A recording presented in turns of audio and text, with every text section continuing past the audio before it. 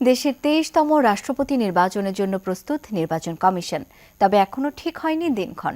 মঙ্গলবার সকালে সংসদ ভবনে ভারপ্রাপ্ত স্পিকার কায়সার কামালের সঙ্গে ঘণ্টাব্যাপী বৈঠক শেষে এমনটাই জানান সিইসি। বলেন, ভোটার তালিকা চেয়ে চিঠি দেয়া হয়েছে সংসদ সচিবালয়ে। দিন ঠিক হলে গেজেট প্রকাশ করা হবে। সিলন টি রপ্তানিতে শীর্ষে।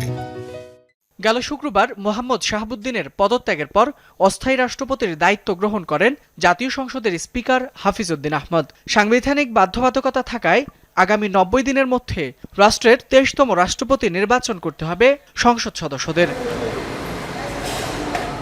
মঙ্গলবার বেলা ১১টায় রাষ্ট্রপতি নির্বাচনের বিষয়ে আলোচনা করতে সংসদের ভারপ্রাপ্ত স্পিকার কায়সার কামালের সাথে সাক্ষাৎ করেন প্রধান নির্বাচন কমিশনার এএমএম নাসির উদ্দিন সহ অন্যান্য কমিশনাররা।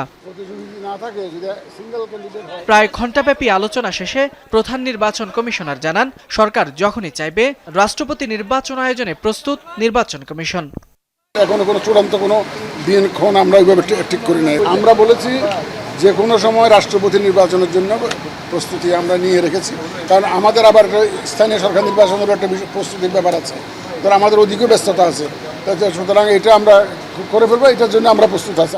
ইতোমধ্যে ভোটার তালিকা চেয়ে জাতীয় সংসদ সচিবালয়কে চিঠি দেওয়া হয়েছে বলেও জানান সিইসি।